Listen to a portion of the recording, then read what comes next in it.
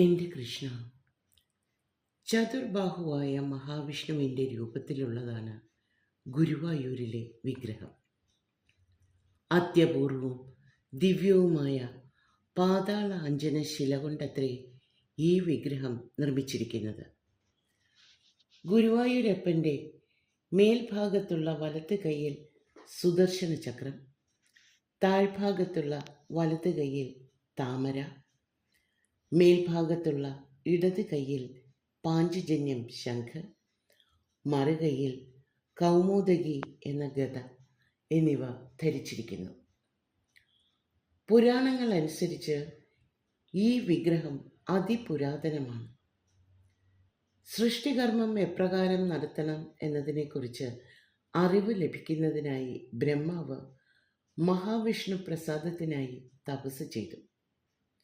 ഭഗവാൻ ബ്രഹ്മാവിന് മുന്നിൽ പ്രത്യക്ഷപ്പെടുകയും ചതുർബാഹുവായ മഹാവിഷ്ണുവിൻ്റെ ഒരു വിഗ്രഹം കൊടുക്കുകയും യഥാവിധി പൂജിച്ചാൽ എല്ലാം ശുഭമാകും എന്ന് അനുഗ്രഹിക്കുകയും ചെയ്തു.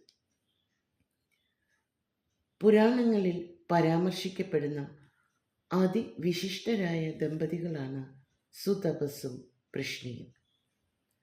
സന്താന ഭാഗ്യത്തിനായി ഇവർ ബ്രഹ്മാവിനെ തപസ് ചെയ്തു.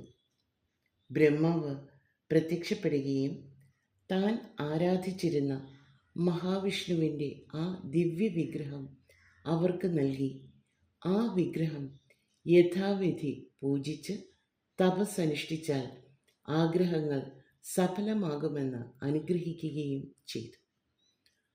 അപ്രകാരം അവർ ആ വിഗ്രഹത്തെ പൂജിച്ചുകൊണ്ട് ഭഗവാൻ വിഷ്ണുവിനെ തപസ് ചെയ്തു.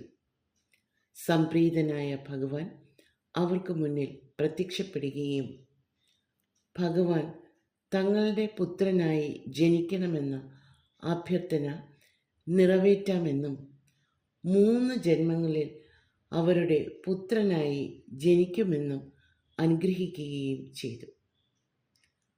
അപ്രകാരം സത്യയുഗത്തിൽ സുതപസ്സും പൃഷ്ണിയും കശ്യപ പ്രജാപതിയും അതിഥിയുമായി ജനിച്ചു.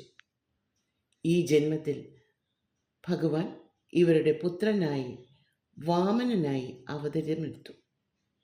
ത്രേതായുഗത്തിലെ 2ാം ജന്മത്തിൽ ഇവർ ദശരഥ മഹാരാജാവും കൗസല്യവുമായി ജനിച്ചു.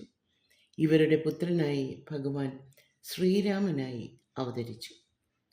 ദ്വാപരയുഗത്തിലെ 3ാം ജന്മത്തിൽ ഇവർ വസുദേവരും ദേവകിയുമായി ജനിച്ചു.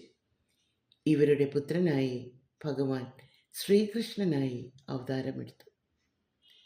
നിഷ്കാമമായ ഭക്തിയും അർപ്പണബോധവുമത്രേ ഭഗവാന്റെ അനുഗ്രഹത്തിന് നിദാനമായിട്ടുള്ളത്. ബാക്കി അടുത്ത ഭാഗത്തിൽ. കൃഷ്ണ ഐശ്വര്യത്തിൻ്റെ ഈ ഭാഗം ഇഷ്ടമായോ? എങ്കിൽ ഈ യൂട്യൂബ് ചാനൽ ലൈക്ക് ചെയ്യാനും ഷെയർ ചെയ്യാനും സബ്സ്ക്രൈബ് ചെയ്യാനും മറക്കരുതേ.